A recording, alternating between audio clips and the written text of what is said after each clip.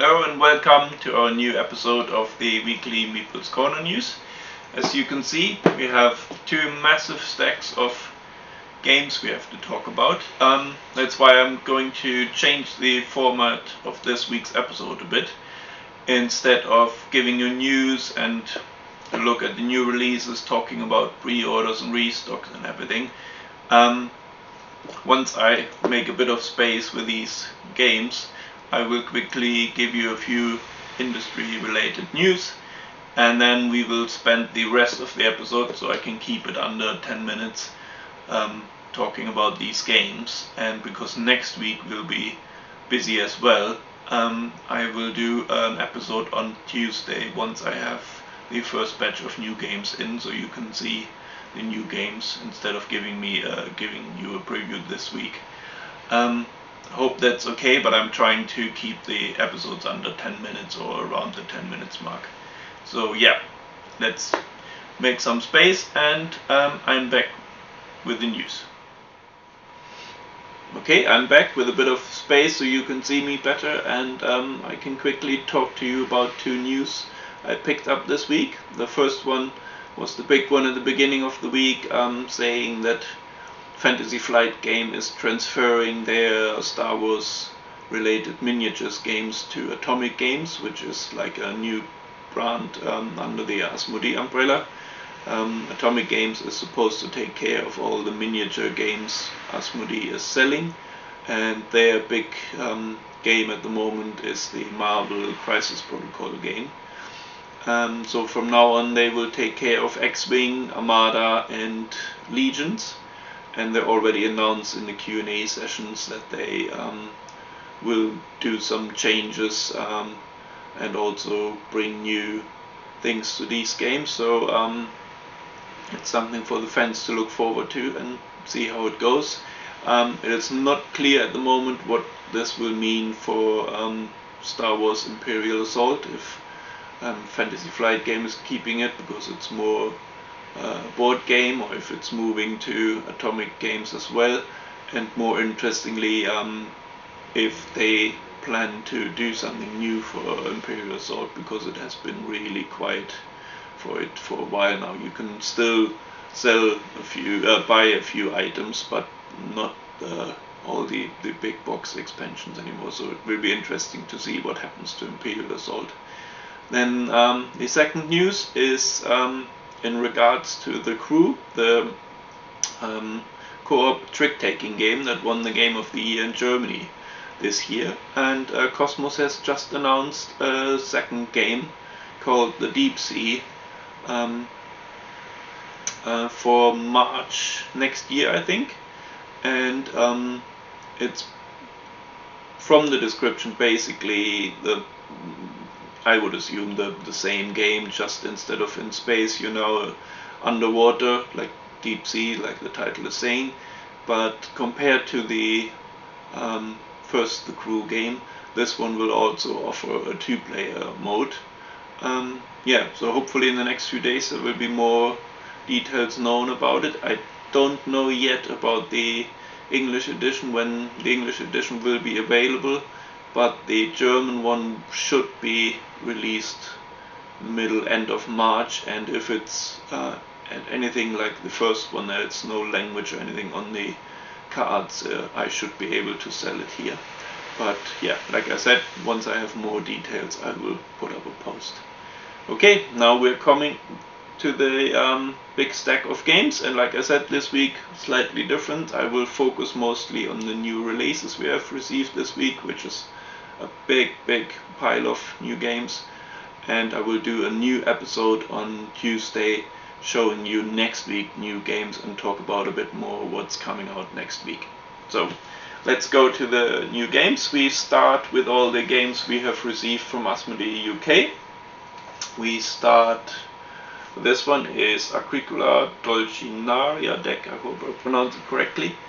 That's 120 new cards, and you can play it on your own or you can combine it with other decks. So that's in stock now. There's still a lot of fans of Agricola out there, so maybe something to refresh your game a bit.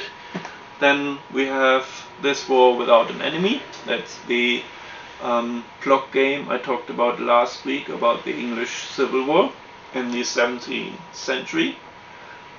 Really nice artwork. 2-player game only, because otherwise the Fog of War wouldn't work. But for someone who likes games coming from Columbia Games, this is definitely something to look into. And we have Pacific Rails from Vesuvius Media. That's a worker placement game where you try to connect the east and west coast of America. Again, artwork and everything not too bad. It's a kind of smallish box, which also explains the really fair price of £30. So if you're looking into worker placement game with a rail theme, that could be something. Then we have The Loop, Dr. Fu Strikes Back. That's a cooperative game with a quirky artwork and a quirky theme. It came up from French publisher Catch Up Games. They did the Pharaon game last year, so they're always good for interesting games with quite interesting themes. Then we have from Lucky Duck Games. They released the Chronicles of Crime 1400 last week. This one is the Court of Miracles. That's an area control game about the penniless king in Paris. So that's available as well. Then we have 2 new games from Ludonova. That's a Spanish publisher and part of Asmodee. The first one is Polynesia. That's a new game from Per Sylvester, the German designer who lately released Village Green with Osprey.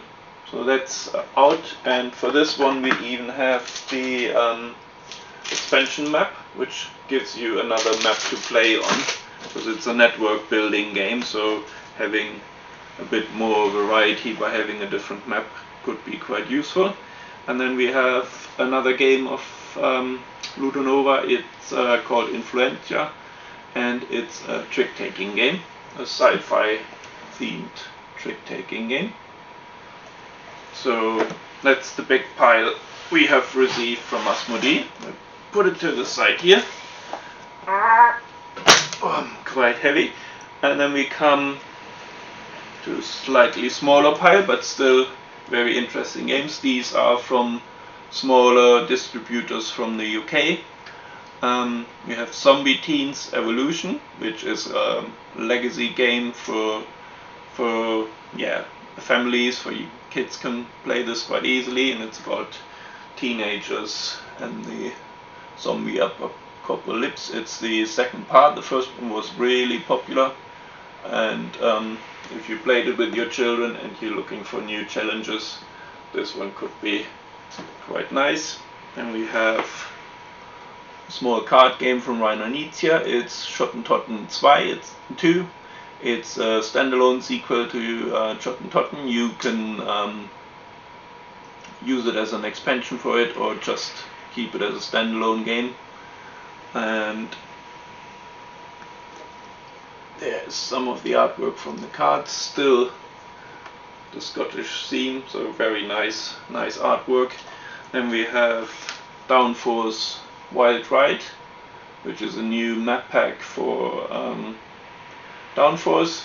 There's 2 new tracks, as you can see, and it features ramps and obstacles, and it also includes new power cards.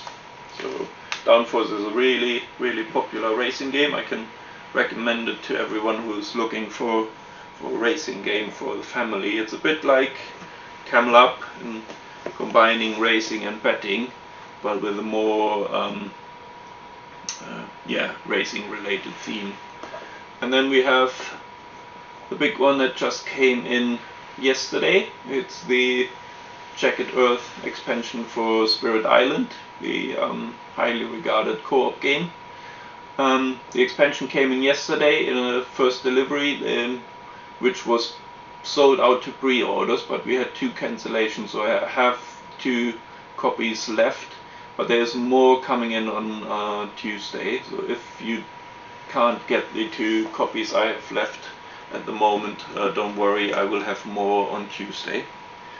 But if you're hoping to get it as quick as possible, I still have copies here. And then there's a pile from Germany. First part is what I talked about last week. It's the delivery from DLP Games, which finally arrived. 2 of the games are still in stock. It's Monasterium, a new big box game, same size of box like Orléans. This one is designed by Arve Fühler. Lots of stuff in there, really heavy box. And the second item still in stock is the first expansion for Orléans Story, the kind of campaign mode for Orléans that they released last year at Essen. It's 2 new storylines. You have a storyline called The Settlers, and then another storyline is England versus France, the 100 Years' War. So these 2 are still in stock. There was another game in the delivery that was Remember Our Trip, that sold out fairly quickly because we only received a small delivery, but hopefully we will have more stock before Christmas.